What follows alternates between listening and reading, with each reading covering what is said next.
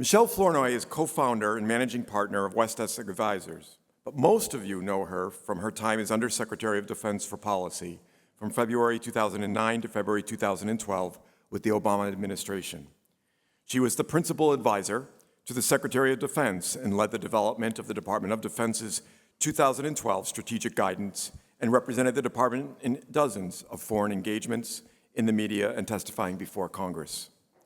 Besides her distinguished career in government, Ms. Flournoy has a long record of leadership as the founder of several highly respected strategic think tank organizations and prestigious appointments to various academic institutions. Michèle is the recipient of numerous honors and awards and will be the recipient of the AGS Cullum Geographical Medal in a special ceremony tomorrow. She has edited several books and authored dozens of reports and articles on a broad range of issues. She appears frequently in national and international media and has, for many years, been one of the most consistently quoted experts on defense and national security issues. Michèle serves on the boards of directors of several organizations, and her advice and counsel is sought after by leaders in government, business, and academia. Given our theme this year of cooperation and conflict in a changing climate, there are few we could invite who would be more appropriate than Michèle Flournoy. Michèle, we are so pleased to welcome you today.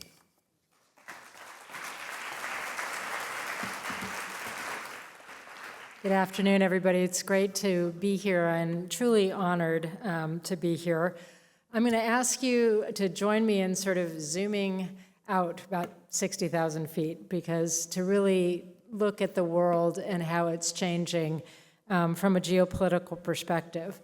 I truly believe that we are at an historic inflection point, something that we have not seen in decades. We are seeing significant challenges to the rules-based order that we and others architected after World War II that created institutions like the UN, the World Bank, and so forth, and the rules of the road that most nations have bought into over time. But with a rising China, who was not at the table when those rules were written and has a very assertive approach to asserting its interests, the order is under challenge, certainly in Asia, and also with a revisionist Russia that's clearly used force against a sovereign democracy to try to change international boundaries.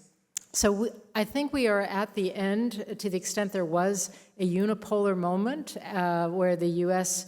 had really a moment of primacy at the end of the Cold War. I think that is over, and we are now in a much more multipolar world with greater fluidity and volatility. You think about what we've seen just recently is the alignment between Russia, China, Iran, and North Korea. Some people are calling this alliance. I'm not quite sure it's there yet, but it's certainly a marriage of convenience. A very disturbing alignment that will pose some challenges for the United States and the West going forward.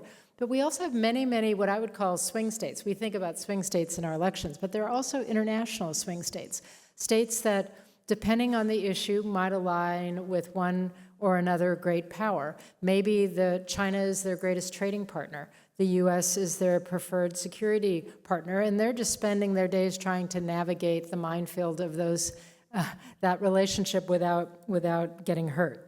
So much more volatility in the environment, much more unpredictability. And the most consequential dynamic that I see is this emerging strategic competition between the United States, some would argue the West more broadly, and China. It is multidimensional in character, economic, technological, diplomatic, and also military. And the key is to prevent this competition from becoming conflict. At the same time, if that weren't challenging enough, we are in a period of unprecedented technological change, technological disruption, actually. When you think about the advent of artificial intelligence, robotics, synthetic bio, all kinds of new green technologies, compute at the edge, soon quantum computing. These are all technologies that are going to have profound impacts on our societies, determining new economic winners and losers around the world, and also who has the military edge in the future.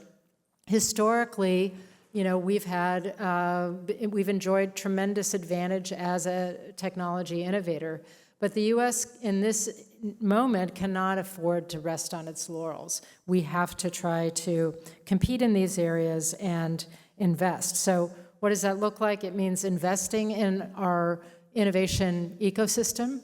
It means investing in removing the obstacles to innovation adoption.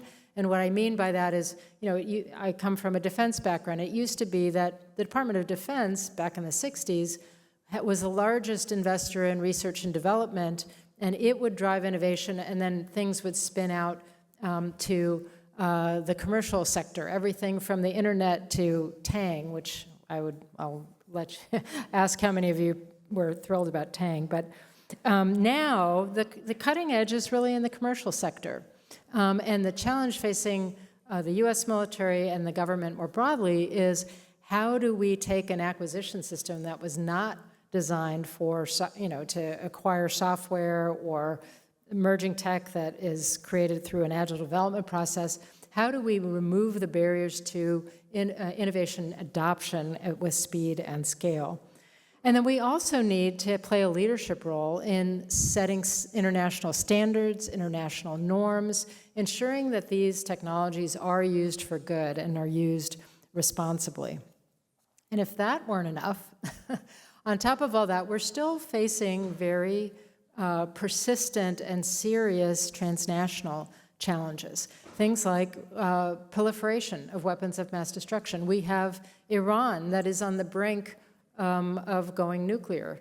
It hasn't made the decision, but it is literally, it could dash to a nuclear weapon within weeks, and that could set off a cascade of proliferation across the Middle East. How about preventing the next global pandemic?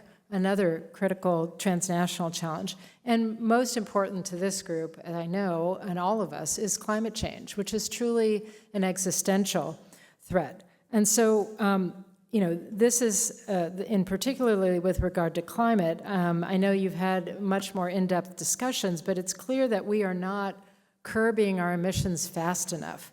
And if we fail to do better in the future and quickly, we're going to see sea level rise, we're going to see droughts, we're going to see reduction of arable land, we're going to see drying up of water resources, and competition, potentially even conflict over scarce resources, mass migrations that will put all kinds of pressure on societies, and extreme weather events, as were just being discussed, so with huge human and economic costs. So the question I would pose is, in this period of greater volatility geopolitically and more competition between the great powers, how do we carve out the space and create the incentives for true and deep collaboration to deal with some, and hopefully prevent some of these transnational challenges, particularly climate change?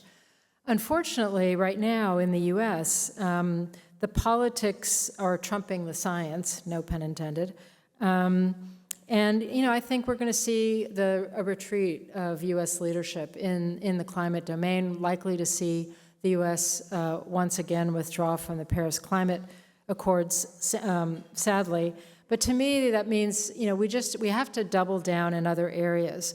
A lot of great work, as you all know, is being done at the state and local level.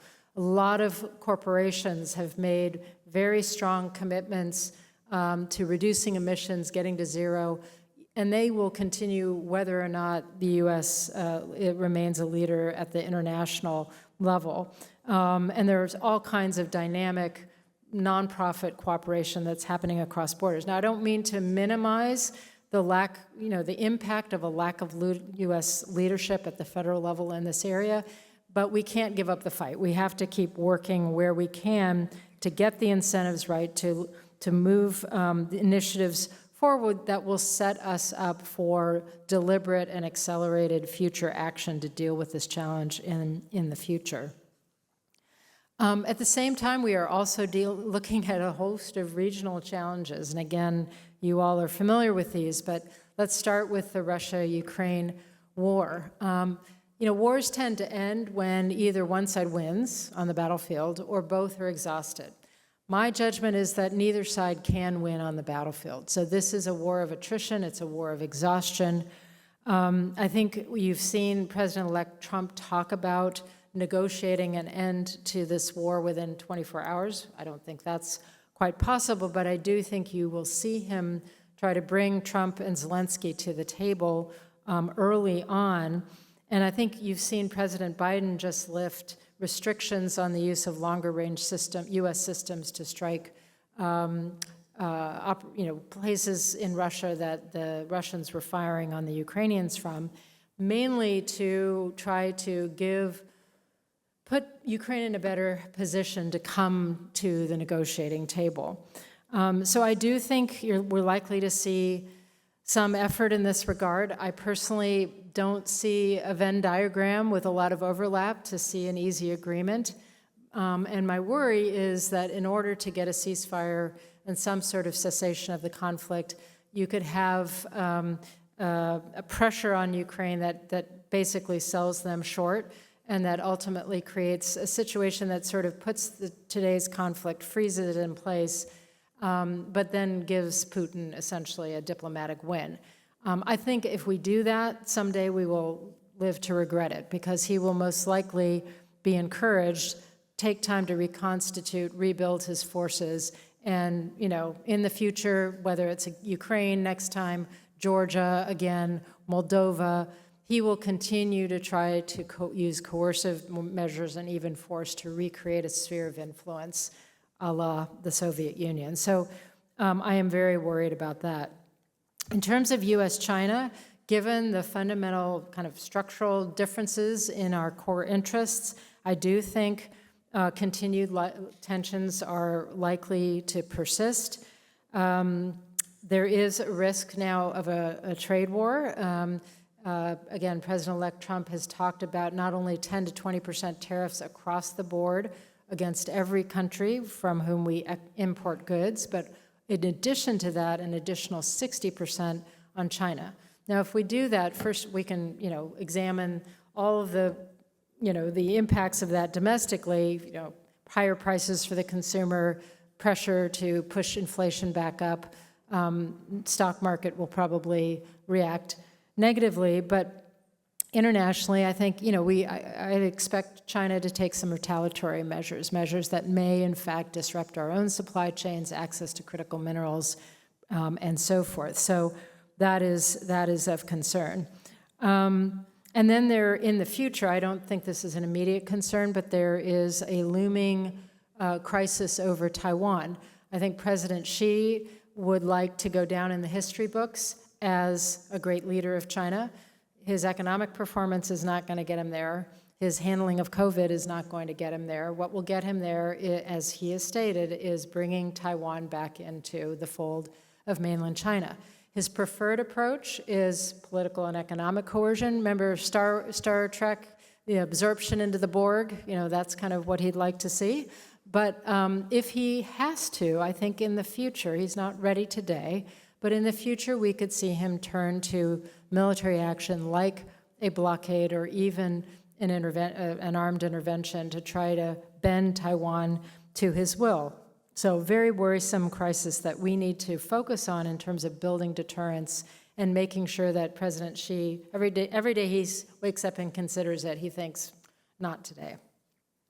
In the Middle East, I'm not usually optimistic about the Middle East, but I will say this is probably the greatest cause for hope in terms of the regional conflicts. We've obviously seen a devastating conflict, war in Israel and Gaza. I think this administration is trying to complete a Lebanese ceasefire before it leaves office, and it's very, very, very close to getting that. So that is a hopeful note. I think the Trump administration will come in and pitch Netanyahu on a deal, and that deal is agree to a ceasefire in Gaza, agree to a hostage exchange, and I, President Trump, will get the normalization agreement that you were working on with Saudi Arabia back on track. This would normalize relationships between the kingdom and Israel. It would basically line up the major Gulf states with Israel and the United States to contain Iran and its proxies, major realignment in the region. And it is something that the Israelis want very, very much. And so the real sticking point here is that that deal is not going to happen unless both the United States and the Saudis see a viable path towards sovereignty for the Palestinian people. And that will be the sticking point to try to convince the Israeli leadership that that is worth getting this broader deal. So, at least there's a possibility of a significant shift there. I'm not saying it's for sure or, even likely, but I think it is worth, given how tragic and costly this war has been, I think it is absolutely worth trying. So I want to end on a more positive note and try to tease out of these challenges some opportunities that I do see for us. And really, we have to think about playing the long game. The first is to invest in the drivers of our own competitiveness. I think if you gave me the choice, do you want the American hand to play or the Chinese hand to play in the strategic competition, I would choose our hand every time. We just have to play it better. But we have the best innovation ecosystem in the world. We have the ability, we are a talent magnet. Historically, we've been able to attract the best and brightest from around the world. If you look at Silicon Valley, half of the founders are either immigrants or first-generation Americans. We need to remember that when we're crafting immigration policy. We have unrivaled capital markets. The whole ecosystem is truly remarkable, and that is an area of strength that we should double down on. Second, no country in the world has the quality of allies that we have. And allies, it's not, we should, of course, we always care about fairness and burden sharing, but that's kind of a secondary issue compared to the strategic value that we get from allies. We can't, no matter how powerful the United States is, we cannot solve these global challenges on our own. We need allies, we need partners lining up alongside us, like-minded nations in coalition. And investing in those alliances and partners is absolutely critical. Third, bolstering deterrence and diplomacy. Again, in this period of great power competition, a lot of volatility, lots of risk of miscalculation, misunderstanding, inadvertent escalation, we really need to double down on deterrence and diplomacy to prevent conflict. And then I do think continuing to use some of our innovation to pioneer new solutions to these transnational challenges, whether it's new the pharmaceuticals or vaccines or public health solutions to prevent future pandemics, or new technologies, new approaches to prevent climate change. These are all areas where, again, even in a time when the politics in the country are perhaps diminishing U.S. leadership, there's still a lot of innovation that we can drive forward in this area. We also need to be a pioneer in terms of setting standards and norms for these new technologies and making sure that they remain a force for good and that we're doing it so responsibly.